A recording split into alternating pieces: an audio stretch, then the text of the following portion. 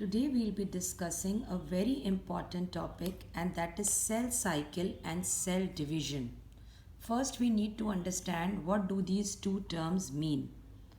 Now cell cycle is nothing but a series of events which occur inside a cell leading to DNA duplication and subsequent division of cell to form two daughter cells, which means one cell divides to form two daughter cells, and this division is called cell division.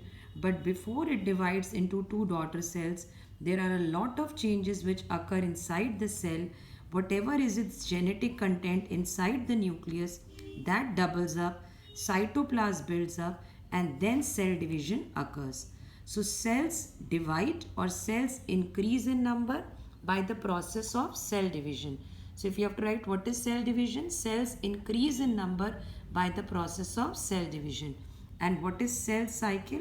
The whole series of events in which the cell first prepares itself for division by duplicating its DNA, building up its cytoplasm, RNA and proteins, and then dividing into two is called cell cycle.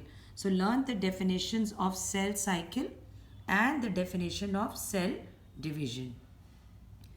I've drawn a simple pie chart to explain the cell cycle to you. This phase of the cell cycle, which lasts for almost 75% of the life of a complete cycle, that is called interphase. Technically, interphase is derived from the word interval. Okay, that is interval between two multiplicative phases or M phases or mitotic phases. So when cell is dividing into two, before that it is preparing itself for division during interphase. Technically speaking, interval phase should be like an interval in which no actual work is done in between. But the truth is, cell is preparing itself for division.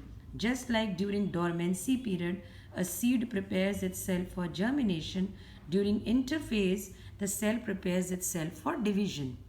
This interphase has three phases: G1 phase or the first growth phase, S phase or the synthesis phase, and G2 phase or the second growth phase. During G1 phase or the first growth phase, the cell produces more RNA and proteins. The volume of its cytoplasm also builds up or increases, and mitochondria, and if it's a plant cell, chloroplasts who have their own DNA also divide. So these are the changes which are occurring in G1 phase or the first growth phase. Then comes the synthesis phase. During synthesis phase, the cell duplicates its genetic content, that is DNA replication occurs during synthesis phase or S phase. Now we know that DNA is a double helix.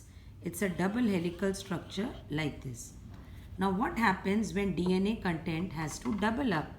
This helix starts opening. This chain starts opening from the top. Only little bit remains coiled like this. It starts opening.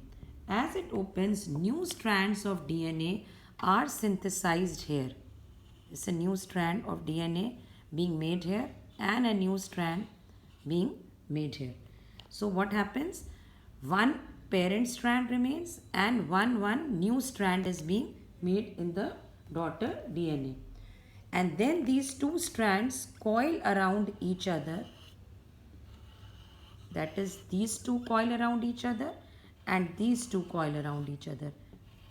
And finally, from one parent cell, by the process of replication, we get two daughter strands. And in both daughter strands, I can show in highlighted form, one of the parent strand, the one I am shading, this is the parent strand is retained, and the other is the newly formed strand. Likewise here, one of the strand is the parent strand, which I am showing with the thicker shading, and one is the daughter strand. So this process is called DNA replication or DNA duplication. DNA is creating its replica, and this occurs during S phase of interphase. This is followed by the second growth phase or the G2 phase, which is more or less a repetition of the G1 phase, more RNA and proteins are synthesized, and volume of cytoplasm further builds up. If you are asked to compare a cell in G1 and G2 phase, in G1 phase, whatever DNA content it had, in G2 phase, it has double the DNA content.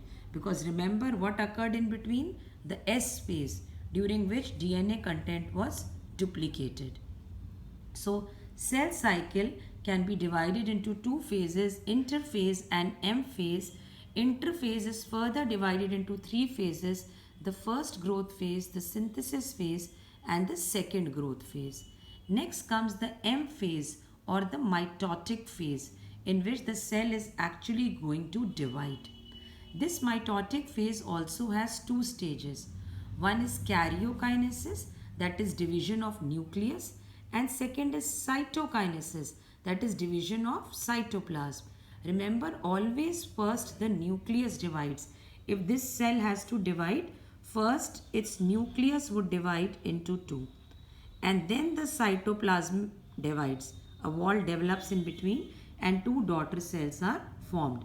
So always first karyon, that is nucleus, kinesis, that is division, nuclear division occurs, and later on it is followed by cytoplasmic division or cytokinesis.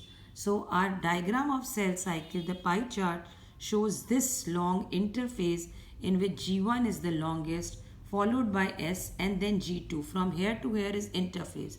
And this much phase is M phase or mitotic phase or multiplicative phase, which is divided into two phases. This is karyokinesis, that is division of karyon or nucleus, followed by division of cytoplasm, that is cytokinesis. Now karyokinesis is further divided into four phases: prophase, metaphase, anaphase, and telophase. I have written in short form: prophase, metaphase, anaphase, and telophase. We'll be doing about all these phases in detail in the next video. We'll be discussing. Right now you just need to be aware of the names. So let's sum up. The complete cell cycle has two phases: interphase and M phase. Interphase or the interval phase, cell prepares itself for division, is further divided into these three phases. And M phase, where actually the cell is dividing or is in action, that is M or mitotic phase, has two parts or two phases: karyokinesis and cytokinesis. Karyokinesis is further divided into four phases. I've just written in short form here, or just the capital initials: prophase, metaphase, anaphase, and telophase. All these phases occur one after the other, and they are responsible for dividing one nucleus into two. This is followed by cytokinesis, and now the cell divides into two.